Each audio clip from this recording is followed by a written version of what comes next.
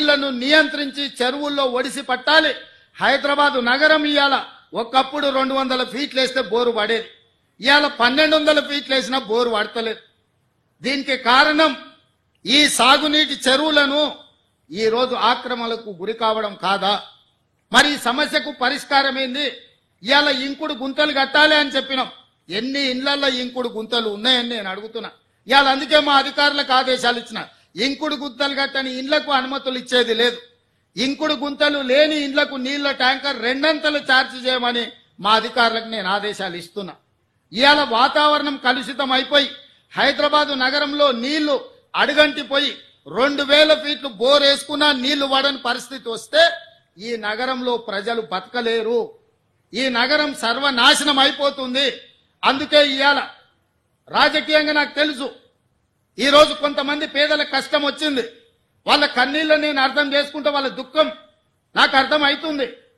మధ్యతరగతి వాళ్ళు జీవితాంతం కష్టపడి సంపాదించుకున్నది కొంతమంది మోసగాళ్ల చేత నమ్మి మోసపోయి టీఆర్ఎస్ సన్నాసులను నమ్మి లక్షల రూపాయలు పెట్టి కొనుక్కున్న ఇల్లు అధికారులు వచ్చి కూలగొడితే ఆ కుటుంబం యొక్క దుఃఖం, ఆ బాధ నాకు తెలుసు. కానీ ఇట్లనే వదిలేసుకుంటూ పోతే ఇవాళ చెరువులను ఆక్రమించుకొని నాలాలను ఆక్రమించుకొని మూసీని ఆక్రమించుకుంటే ఈ సమస్యకు పరిష్కారం ఎక్కడ? ఇవాళ వాళ్ళని తొలగిద్దాం.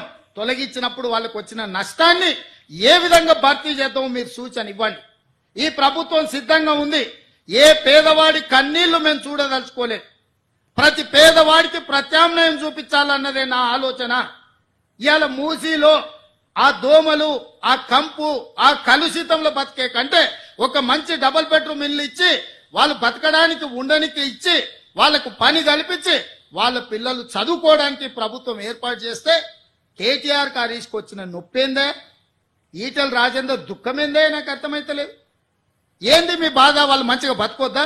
వాళ్ళు ఎప్పటికీ పేదోళ్ళలాగానే ఉండాలి, మూసీల్లే ఉండాలి. వాళ్ళ పేదరికం చూపించి వాళ్ళ దగ్గర ఓట్లు వేసుకొని మీరు ఎమ్మెల్యేలు ఎంపీలు కావాలనా? వాళ్ళు మంచిగా బతకొద్దా?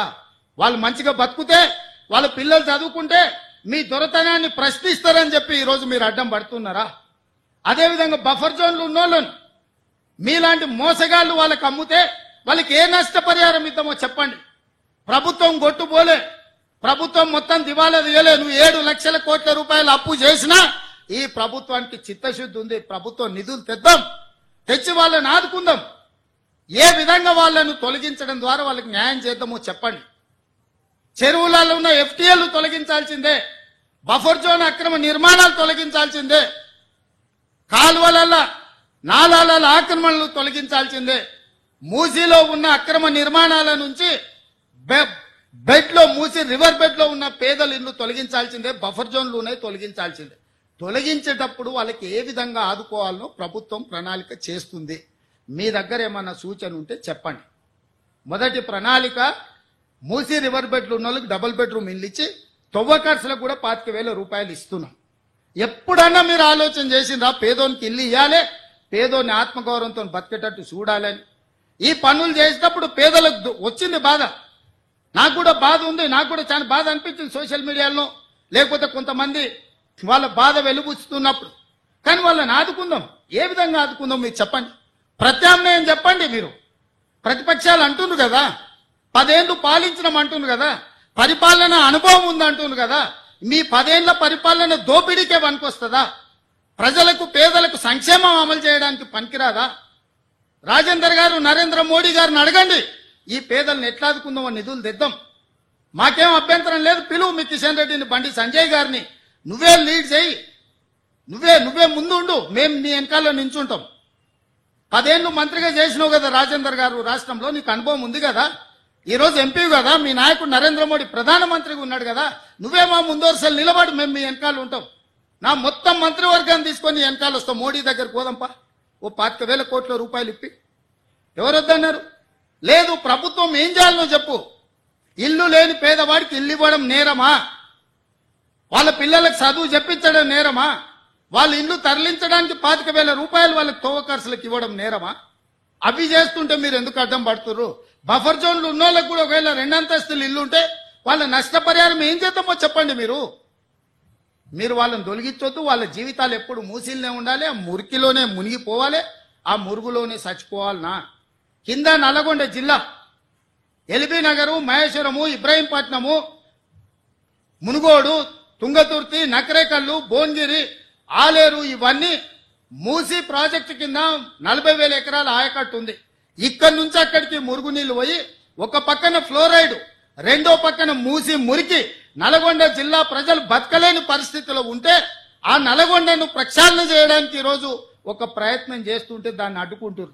రేపు పొద్దుగాల ఏ మోకం పెట్టుకొని నల్గొండలు తిరుగుతావు కేటీఆర్? నువ్వు నల్గొండల కాలు పెట్టు పో. ఈరోజు భువనగిరో, ఆలేరో, నకరేకల్లో పోయిరాపో ఒకసారి.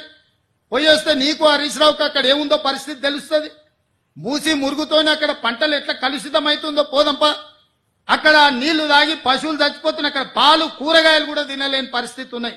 ఆకు కూరలు కూడా ఈ కలుషితమైన నీళ్ల వల్ల ఎంత కాలుష్యం వచ్చి ఎంత విషంగా మారిందో నల్గొండ జిల్లా. ఈ రోజు వాళ్ళు విషం దిగమింగుకొని నల్గొండ ప్రజలు బతుకుతున్నారు.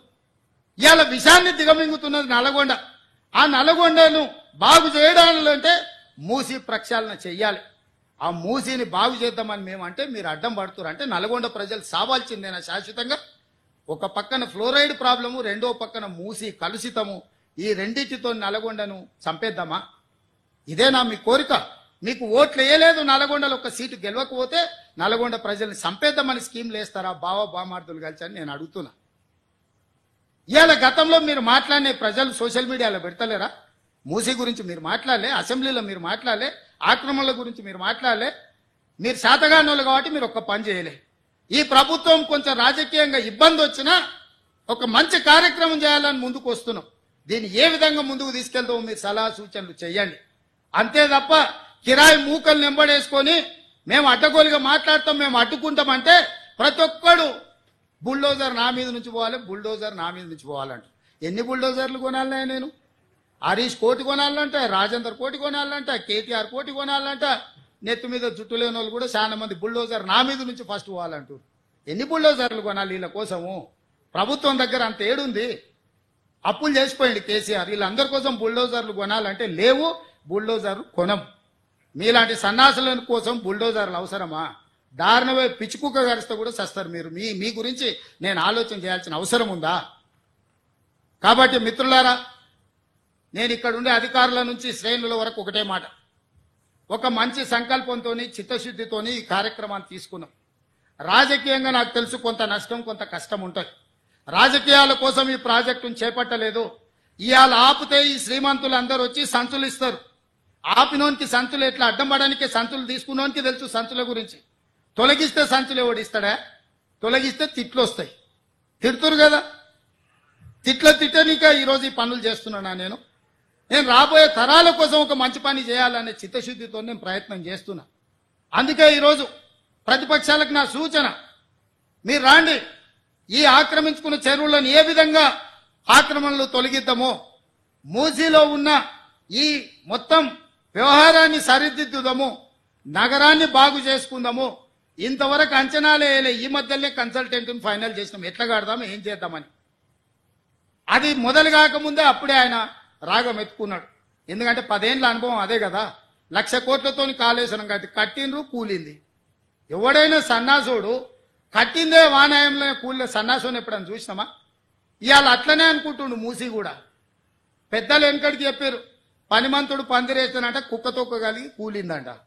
కాళేశ్వరం కూడా గట్లుంది మీ ఏషానికి. మూసీలు అట్లాంటివి లేవు. ఇట్లాంటి ఆశలు పెట్టుకోకు కేటీఆర్. ఏదో నోటుకొచ్చింది మాట్లాడుతున్నావు. మీడియా ఉంది, సోషల్ మీడియా ఉంది.